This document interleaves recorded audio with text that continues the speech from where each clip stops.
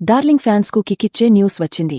Prabhas lead రోల్లో pan India లెవెల్లో తెరకెక్కుతున్న రాజాసాబ్ సినిమా నుంచి క్రేజీ అప్డేట్ వచ్చింది.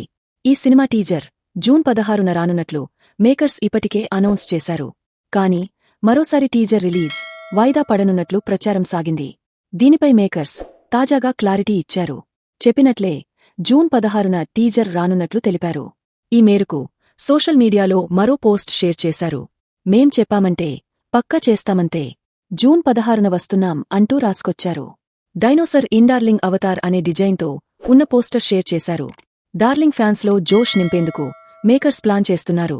అందులో భాగంగానే ఎంపిక చేసిన థియేటర్లలో టీజర్ రిలీజ్ చేయాలని భావిస్తున్నారట. హైదరాబాద్ సహా పలు జిల్లాల్లో థియేటర్లో విడుదల చేసే ఛాన్సుంది.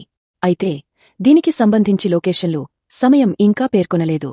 దీనిపై అధికారిక సమాచారం రావాల్సి ఉంది.